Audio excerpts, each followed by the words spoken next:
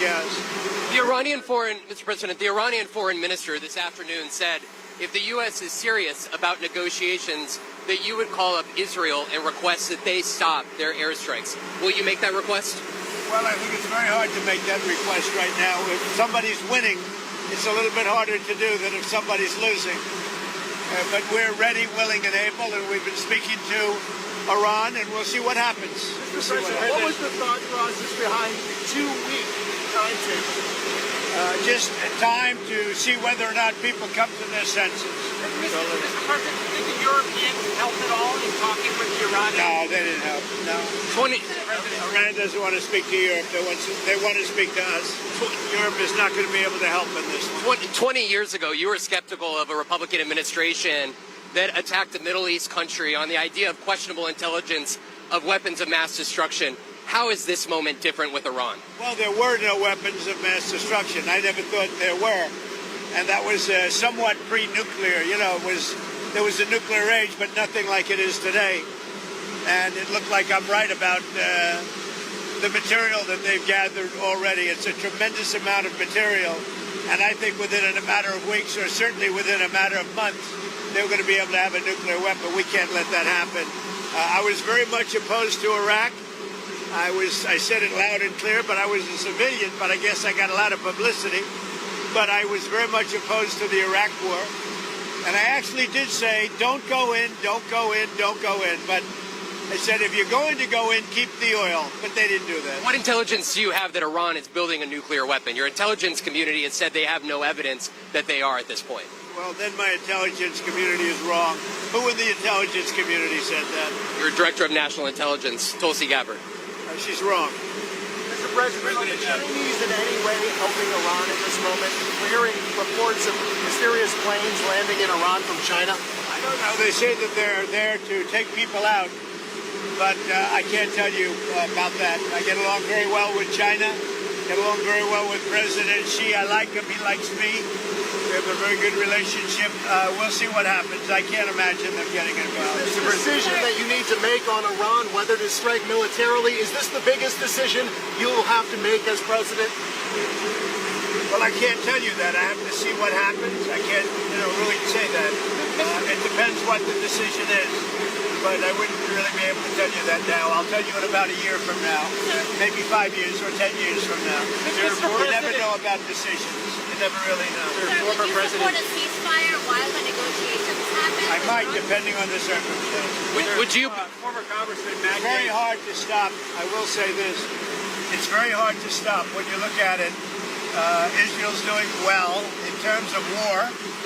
And I think you would say that Iran is doing less well. It's a little bit hard to get somebody to stop. Sir, Leo Cosgrove was here. Former Congressman Matt Gaetz threw out an interesting idea suggesting that if you were to broker a deal where nuclear inspectors go into both Israel and Iran, that you could win a Nobel Peace Prize, and they might even rename it the Trump Peace Prize. Did you hear those? What do you think of that? Well, they should give me the Nobel Prize for Rwanda and if you look the Congo, or you could say Serbia, Kosovo, you could say a lot of them. You could say, the big one is India and Pakistan.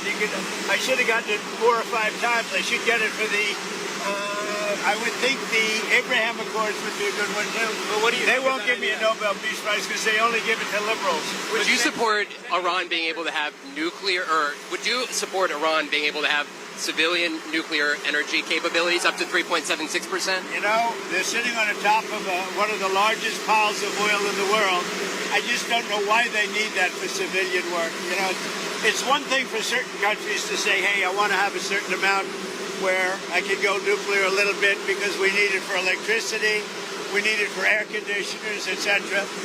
But when you're sitting on one of the largest oil piles anywhere in the world, it's a little bit hard to see why you need that. Yeah. Are you concerned that Iran or its proxies would wage terror attacks against American targets abroad if you order military action? We're always concerned about that, and we have to take them out and be very strong. You're even in danger talking to me right now. Do you know that? You are in danger talking to me right now. So I should probably get out of here, but you guys are actually in danger. Can you believe it? One more. Mr. President. Is it still your expectation that NATO countries spend 5% of their GDP on defense spending? Well, I think they should do that. I don't think we should, but I think they should. We've been supporting NATO so long. In many cases, I believe paying almost 100% the cost. So I don't think we should, but I think that the NATO countries should, absolutely. And if a country like Spain decides not to? Well, NATO's going to have to deal with Spain. Spain's been a very low payer. They were always a very low payer. They were either good negotiators or they weren't doing the right thing. I mean, I think Spain has to pay what everybody else has to pay. Spain has been notorious for low pay. You know who else was a low payer, just about the lowest? A place called Canada. Because Canada said, why should we pay when the United States will protect us free? And they've been right about that. Ukraine, you've been making progress towards a peace deal, but I don't know if you noticed that Lindsey Graham and Mike Pompeo were there on the ground in Ukraine, seemingly doing the opposite, trying to provoke the Ukrainians to keep fighting. What do you think of that? Well, we're going to see, and people have to be very careful with what they say. They got to be very careful with their mouth, because their mouth can get them into a lot of trouble. One more. ICE. ICE has said that they're trying to arrest up to 3,000 individuals a day. There are some communities that are saying they are fearful of being wrongfully detained or separating some families, even if they're undocumented. Is the fear in some of these communities worth the deportations of these undocumented individuals, a mass deportation program? It's a tough subject because, look, we have farmers. I love farmers. I won 80%, 85% of the farmers, and I love them, and I'm never going to do anything to hurt our farmers. And you could also say the leisure business, etc. There are some businesses where you have a disproportionate amount of people that are the people that you're talking about. At the same time, we have to get the criminals out of our country. And we're looking at doing something where, in the case of good, reputable farmers, they can take responsibility for the people that they hire and let them have responsibility, because we can't put the farms out of business. And at the same time, we don't want to hurt people that aren't criminals. Most of the people that came in over the last 3 years under Biden, I would say probably 3.5 to 4 years, those people, you have a lot of criminals, you have a lot of, I mean, we're looking at that very closely. You've had people that have worked on farms for 20 years. It's very hard to go in there and say, you know, you're coming out. But we're going to let the farmers take responsibility. They're great people. They'll do it. They know the good and the bad. So the hard part about this is not like a normal war where people wear uniforms. They don't wear uniforms. But we have murderers that came out of the last 4 years. We have murderers. We have drug lords. We have people that we don't want to. We have prisoners. They emptied out Venezuela and many countries. They emptied out their prisons into the United States. We have to get those people out. But we have stone-cold murders, 11,888 murders. We've already gotten a lot of them out of here, but we don't want them. So we have to be careful. But I never want to hurt our farmers. Our farmers are great people. They keep us happy and healthy and fat. Are there other cities that you're going to try to replicate what you've done in Los Angeles? Well, I mean, we had a big victory last night in the Court of Appeals with respect to Los Angeles, but really the country, where Gavin Newsom, who's really an incompetent governor, he's just doing a terrible job between his fires, between all the houses burning down, his forest fires, and now Los Angeles. If we didn't go to Los Angeles, and the sheriff admitted it, he had no control. He would have lost control. We saved Los Angeles by having the military go in. And the second night was much better.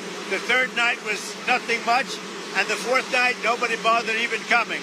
We put out that fire, and we did a great job of it. He sued us for going in and for helping him. We went and helped them. Right now, you'd have Los Angeles burning to the ground. Largely, it would have already been destroyed. Do you still want your legacy, Mr. President, to be that of a peacemaker? Do you worry that striking Iran would change that? Always a peacemaker. That doesn't mean sometimes you need some toughness to make peace, but always a peacemaker. Can you win in Iran without ground forces? Is an aerial campaign in Iran enough, or do you need ground forces? Well, I'm not going to talk about ground forces. Because the last thing you want to do is ground forces. Does Iran have 2 weeks, or could you strike before that? Are you essentially giving them a 2-week timeline? I'm giving them a period of time. We're going to see what that period of time is, but I'm giving them a period of time. And I would say 2 weeks would be the maximum. Mr. President, do you think deportations should focus on criminals or all people who or you're illegal. Should start focusing on criminals, and that's what we've been focused on. Very bad criminals, dangerous criminals. But Stephen Miller said to go out and arrest every person who's here illegally. He's told ICE to arrest everyone who's here illegally. Do you agree with Stephen that? and I have a very good understanding. He's a terrific person. We have a great understanding. Mr. President, if there is an attack on U.S. assets, will you promise to conduct a full investigation and make it transparent with the American people before blaming Iran for such an attack? Well, if there's an attack, we'll know almost immediately with modern equipment who made the attack. And those people will be very, very unhappy.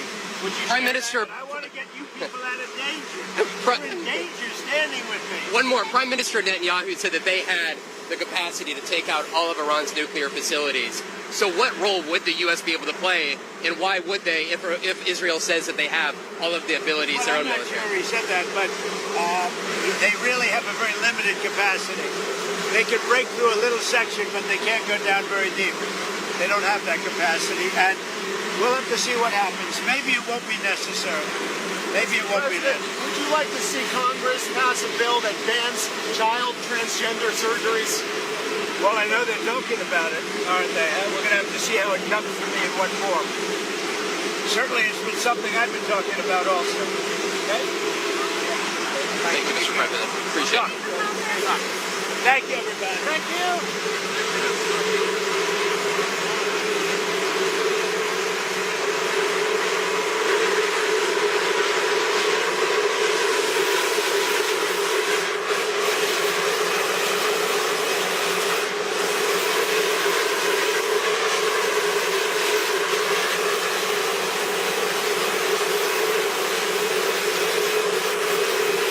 You've been watching live coverage. We return now to our scheduled program.